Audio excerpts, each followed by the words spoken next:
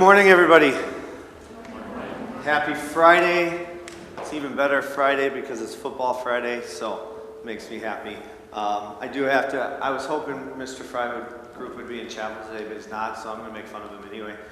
This morning, my wife said, "Oh, you should have worn your high school jersey like Mr. Fry did." And I said, "Oh yeah, that would have been cool." And then I thought about it. I'm like, well, when you don't have a college team or an NFL team that's very good, you kind of have to wear your high school one. So hopefully you heard me say that. All right, we're going to continue taking a look at Exodus and the deliverance that the Israelites had as they were leaving Egypt, and the things that God did to provide a way out for them. And we're talking today about when you feel helpless, when you feel there's no hope, when you're looking forward going, I don't know if I can get through that. Then you look backwards and say, oh, that's not going to help either. And how does God provide those way out? And I thought, since it's Football Friday, I think football and sports show when all hope is lost, usually or sometimes something incredible happens. And so I have some video clips today that show some of those examples. And the first one's a college football game, and it's Auburn versus Alabama, the Iron Bowl. And it's just a great rivalry. Usually both teams are very good.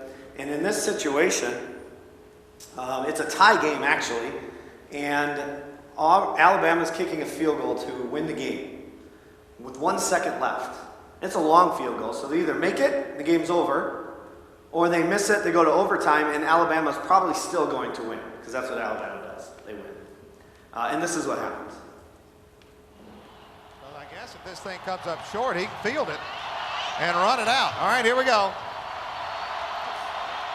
56-yarder. Does not have the leg. And Chris Davis takes it in the back of the end zone. He'll run it out to the 10, 15, 20, 25, 30, 35, 40, 45, 50, 45. There goes Davis. Oh my God! Davis is going to run it all the way back. Auburn's going to win the football game. What? Auburn's going to win the football game. 108 yards with 0 seconds left, and he wins the game. I watched that game live, and I'm not an Auburn or an Alabama fan at all, and I'm jumping up going, this is crazy. That's not what I thought was going to happen. The next one is an NFL game a while ago, and the Buffalo Bills are one of those teams that when they make the playoffs, I just cheer for them. Because back in the 90s, they made 4 straight Super Bowls and lost every single one. And you just felt bad for them. So anytime they make the playoffs, you're like, oh, please win. Like one game at least. And they just scored with 16 seconds left to go. The Buffalo did. So they're ahead. All they got to do is kick the ball off and tackle them. And they win the game. And the Music City Miracle happens. Do the Titans have a miracle left in them in what has been a magical season to this point? If they do, they need it now. Christie kicks it high and short. Going to be fielded by Lorenzo Neal at the 25. Pitches it back to Wycheck. He throws it across the field to Dyson. He's got something. 30, He's 40, got something. 50. He's got it. 40, He's got it. 20, 10. He's got it. End zone. Touchdown Titans. There are no It's so bad for flags Buffalo. on the field. And if you're a Buffalo fan, you're looking at this situation going, we got this game won. All we got to do is tackle them.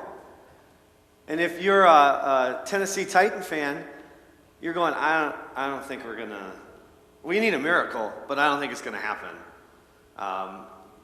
Very rarely can run a kickoff back, especially when they're trying to make sure you don't run the kickoff back. And so they needed a miracle. They needed something that you wouldn't normally see to win the game. The next one I'm just going to let play. I'm just going to let it speak for itself. Good kick up into the air. Game over. Seattle gets the onside kick. Should have never happened. Should have never happened. If he does his job, it never happens. Watch. There's a guy standing right behind him ready to catch it. Oh. Just enjoy it. Yeah. Now, unfortunately, they go on to the Super Bowl, and they have like 1st and goal on the 1 with Marshawn Lynch, and they throw it, and it's intercepted, and they lose the Super Bowl. But whatever, we forget about that. This is a good play. Very rarely does an onside kick work. You just try it because it's your last-ditch effort. And I remember watching the game, and I was actually really sick for this game. I had the flu really bad, and I'm laying on the couch, not only sick, but going, now I have to go to school and listen to all the Packer fans talk about how they won. And then that happened, and I was just amazed and just joyous. And now, we should say Green Bay scored, went to overtime, and then Seattle scored in overtime to win the game.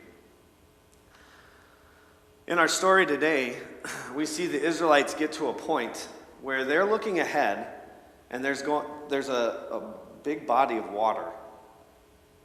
And how are we going to get across? And then at the same time, they turn around, and the Egyptian army is coming after them with all of their force. And the Israelites have to ask God, how are you going to get us out of this? We need a miracle. We need something, because right now we're helpless. And in the reading, I'd just like to point out verse 6.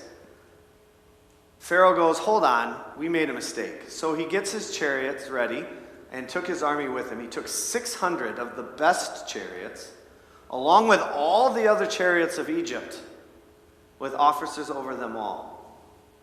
So he's not just bringing 1 or 2 people to come get the Israelites. He is bringing his force to go after them, to capture them, to bring them back into Egypt. Verse 11, the Israelites, looking at the Red Sea, then now seeing the Egyptian army coming, they said to Moses, was it because there were no graves in Egypt that you brought us out here to die? What have you done by bringing us out of Egypt? Didn't we say to you in Egypt, leave us alone, let us serve the Egyptians? It would have been better for us to serve the Egyptians than to die in the desert. They're feeling pretty hopeless and helpless right now. It would have been better if we just stayed there, because now we have nowhere to go in front of us, and we have nowhere to go behind us. And they go to Moses. And Moses, the first thing he does is a good lesson for us when we're feeling that way. He goes to God. And he says, first of all, stand firm. You will see the deliverance of the Lord, and he will bring that today. The Lord will fight for you. You need only be still. And so he gives the assurance of God and how he's going to help them in this situation. What we see then is Moses going to God and God telling Moses, hey, I've got this under control. Here's what you need to do. You need to put your staff out, and what I'll do is I'll separate the waters, and you're going to walk right through. It's kind of like that miracle play, that onside kick, that thing that no one's going to expect. And all of a sudden, this thing that happens that you never see happen takes place. The Egyptians, or the Israelites are being chased, and they're quickly probably running across the floor of the Red Sea as the Egyptians are chasing them. They get to the other side, and they need another miracle to happen. So the Lord says to Moses, stretch out your staff again. And it says there that he brought all the waters back down on the entire army of Pharaoh. Not one of them survived. There is no chance that the Egyptians can catch them now. They are completely saved. They have been delivered from the Egyptians at this time. So my question to you, what are you looking forward at right now, saying, I don't think I'm going to get through this? Is it homework for next week?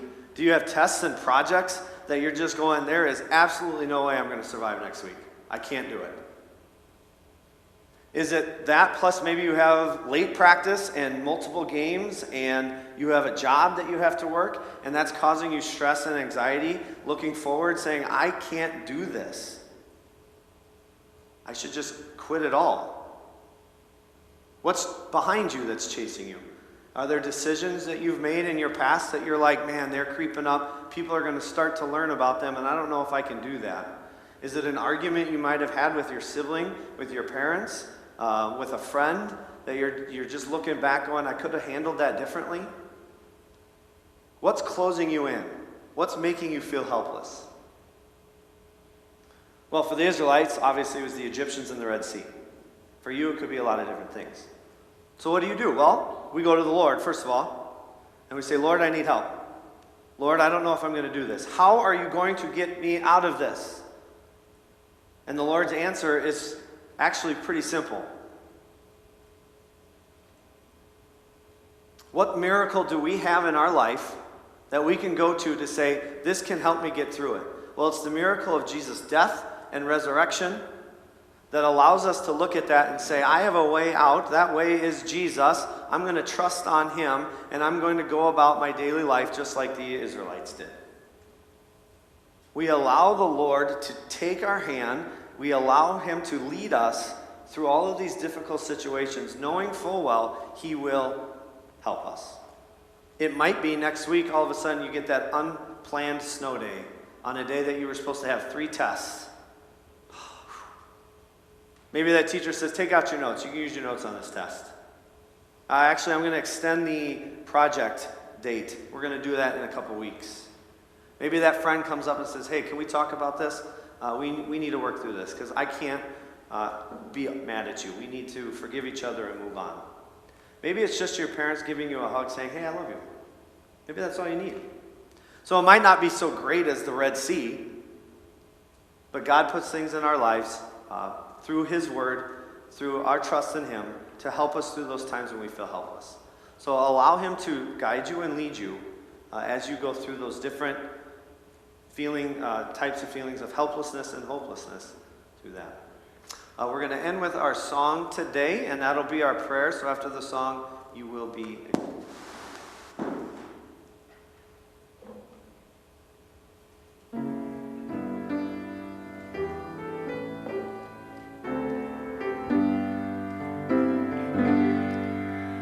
Precious Lord, take my